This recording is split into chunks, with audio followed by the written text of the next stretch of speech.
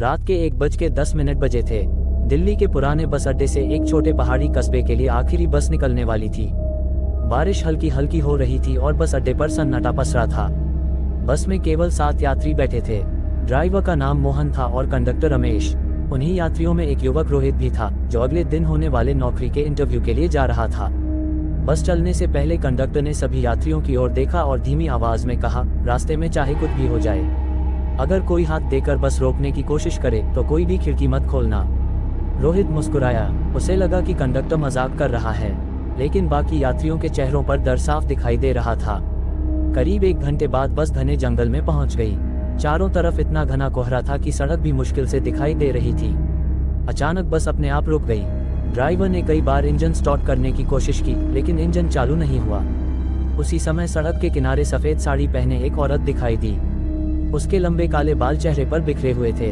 वह धीरे धीरे बस की ओर हाथ हिलाकर इशारा कर रही थी। कंडक्टर की आवाज कांप गई, कोई उसकी तरफ मत देखना। लेकिन रोहित खुद को रोक नहीं पाया। उसने खिड़की से बाहर झांका। औरत मुस्कुरा रही थी, लेकिन उसकी आंखें पूरी तरह काली थीं। अगले ही पल बस का इंजन अपने आप चालू हो गया और बस फिर से चलने लगी। करीब 10 मिनट बाद पीछे बैठे एक बूढ़े यात्री ने घबरा कर पूछा, अरे, मेरे बगल वाला लड़का कहाँ गया? सबने पीछे देखा, सीट खाली थी। अभी कुछ मिनट पहले वहां एक युवक बैठा था। बस कहीं रुकी भी नहीं थी। फिर वह अचानक गायब कैसे हो गया? रोहित का दिल तेजी से धड़कने लगा। उसने अपनी जेब से टिकट निकाली। टिकट पर लिखी तारीख देखकर उसके हाथ कांपने लगे। 17 जुलाई 1998। लेकिन आज तो साल 2026 था। उसने टिकट कंडक्टर को दिखाए। टिकट देखते ही कंडक्टर का चेहरा पीला पड़ गया। उसने बिना कुछ कहे टिकट फाड़ दी और सिर्फ इतना बोला, अब बहुत देर हो चुकी है। कुछ देर बाद बस एक पुराने शमशान के सामने जाकर रुक गई। वहां कोई बस स्टॉप नहीं था। बस का दरवाजा अपने आप खुल गया। 3 लोग अंदर आए। तीनों ने सफेद कपड़े पहन रखे थे। उनके चेहरे नीचे झुके हुए थे। उन्होंने कोई टिकट नहीं लिया और बिना कुछ बोले आखिरी सीट पर जाकर बैठ गए। बस फिर चलने लगी। कुछ मिनट बाद रोहित ने पीछे देखा।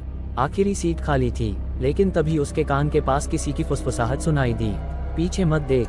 रोहित ने डरते डरते गर्दन घुमाई। तीनों उसके ठीक पीछे खड़े थे। उनके चेहरे सड़े हुए थे। आंखों की जगह काले गहरे गड्ढे थे। रोहित चीख पड़ा। उसी समय ड्राइवर की आंखों से आंसू निकलने लगे। वह बोला, ये बस हर साल सिर्फ एक रात चलती है और हर साल 7 नई आत्माएं लेकर लौटती है। रोहित घबरा कर बोला, इसका क्या मतलब है? कंडक्टर धीरे धीरे उसकी तरफ मुड़ा। उसकी मुस्कान अब डरावनी हो चुकी थी। हम दोनों भी जिंदा नहीं हैं। 17 जुलाई 1998 को इसी जंगल में इस बस का भयानक एक्सीडेंट हुआ था।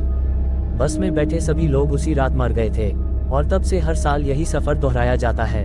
रोहित ने तुरंत बस का दरवाजा खोला और चलती बस से छलांग लगा दी, लेकिन अगले ही पल उसने खुद को फिर उसी सीट पर बैठा पाया। उसने दोबारा छलांग लगाई। फिर वही हुआ। तीसरी बार उसने बस की छत पर चढ़ने की कोशिश की, लेकिन एक पल बाद वह फिर अपनी सीट पर बैठा था, जैसे बस उसे कभी जाने ही नहीं देना चाहती थी। धीरे धीरे सुबह होने लगी। बस एक पुराने पुल पर जाकर रुक गई।